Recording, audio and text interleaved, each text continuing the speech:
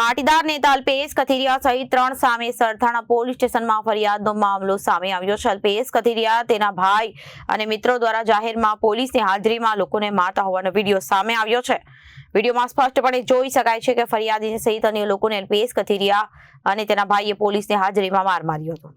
વિડીયોમાં સ્પષ્ટપણે જોઈ શકાય છે કે ફરિયાદીને સહિત અન્ય લોકોને અલ્પેશ કથિરિયા અને ભાઈઓએ પોલીસની હાજરીમાં માર માર્યો હતો, પરંતુ મુખ્ય પ્રેક્ષક બની ત્યાં જ ઊભી હતી।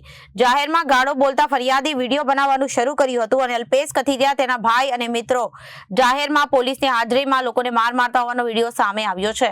વિડીયોમાં સ્પષ્ટપણે જોઈ શકાય છે કે ફરિયાદીને સહિત અન્ય લોકોને અલ્પેશ કથિરિયા અને તેના ભાઈએ પોલીસની હાજરીમાં માર માર્યો હતો, પરંતુ મુખ્ય પ્રેક્ષક બની ત્યાં જ ઊભી હતી અને જાહેરમાં ગાળો બોલતા ફરિયાદી વિડીયો બનાવવાનું શરૂ કર્યું હતું, જેથી વિડીયો શા માટે બનાવે છે તેમ કહી અલ્પેશ કથિરિયા અને તેના ભાઈએ ફરિયાદીના માર માર્યો હતો અને પોલીસની હાજરીમાં પણ વિડીયો વાયરલ થતા મામલો ગરમાયો હતો।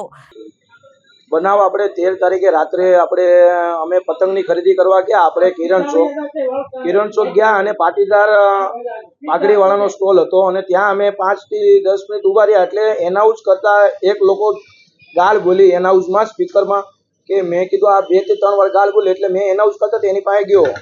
મેં કીધું આ જે માણસ મેં કીધું ગાળ બોલે છે, મેં એનાઉન્સ ના કરે। મેં કીધું અહીંયા કોઈની મા બેન દીકરીઓ નીકળે તો આ રીતના ગાળું ન બોલે। મેં કીધું સભ્યતામાં થોડીક વાત કરો તો સારું લાગે। પછી થોડીક વાર થયું એટલે કોકની યારે બબાલ કરવા માંડ્યા, ખુરચીને એવું ઉડ્યું, એટલે મેં ડાયરેક્ટ પીસીઆરમાં ફોન કરી દીધો। પીસીઆરમાં ફોન કરીને ડાયરેક્ટ પીસીઆર આવી ગઈ। પછી અલ્પેશ કથિરિયા અને તેના ભાઈ બંને આવીને અને પછી બધાને ગાળું બોલો ને મારવા માંડ્યા। એટલે મેં પછી કીધું કે આની પાસે કોઈ સત્તા નથી, કોઈ પોલીસ વાળાની જાહેરમાં બધા એને મારે છે અને પોલીસ વાળા તંત્ર કોઈ પણ કાંઈ જાતનું કંઈ કરી નહીં રહ્યા। એટલે પછી મેં મારી રીતના મારો મોબાઈલ કાઢીને વિડીયો ચાલુ કર્યો એટલે ડાયરેક્ટ જ મારી પાસે આવીને અલ્પેશ કથિરિયાએ મારો મોબાઈલ ચોંટી લીધો અને આંચકી લીધો અને મને 2 લાફટ મારી દીધી કે તું વિડીયો કેમ ઉતારશો। મેં કીધું કે હું જાહેરમાં વિડીયો ઉતારું, પણ હું બીજા કોઈનો વિડીયો નથી હોતો। એમ કરીને એનો ભાઈ મારી પાછળ આવીને મને મારા વાળ પકડી લીધા અને પછી મને માર્યો અને નીચે બેસાડી દીધો, જમીનમાં બેસાડી દીધો। 5 થી 10 મિનિટ મારા વાળ પકડ્યા। પછી થોડીક રેન વાર લાગી એટલે પાછો હું નાથી નીકળી ગયો। એટલે પાછો મેં વિડીયો ચાલુ કર્યો કે આ મને હજી મારે છે, તમે કોઈ પોલીસ વાળા કેમ કોઈ કાંઈ વસ્તુ કરતા નથી। કોઈ પણ પોલીસ વાળાનું તંત્ર આખું ઊભું હતું, પણ કોઈ વસાડે કોઈ મારો બચાવ કરવા આવ્યું નહોતું।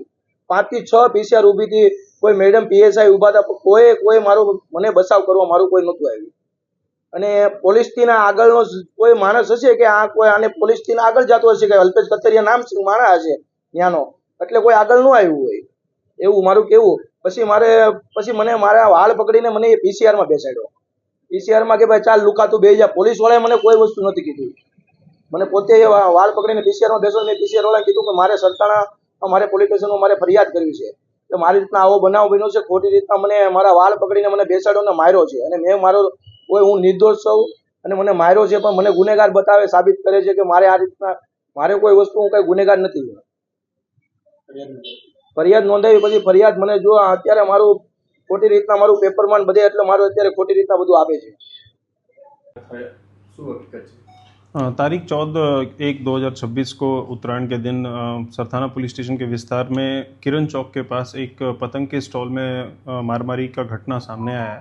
उसमें जो फरियादी है उनका नाम चंद्रेश भाई भालिया है, जो कि LH रोड वराछा के रहने वाले हैं, और समा वाला जो है वो अल्पेश कथिरिया है और उनके एक भाई है और एक अन्य व्यक्ति है। इसमें हमने BNS की धारा 352, 115B और 54 के तहत फरियाद दाखिल की है, NC फरियाद। और इसमें लड़ाई जो हुई थी वो बेसिकली पतंग के प्राइस को लेके कुछ बोलाचाली हुई थी। उसके बाद दोनों के बीच में लड़ाई हुआ था, इसमें PCR कॉल हुई थी और उसके बाद इसमें फरियादी ने फरियाद दाखिल कराया और इसको फरियाद हमने लिया है। रिपोर्टर अरविंद राठौड़, जनादेश न्यूज, सूरत।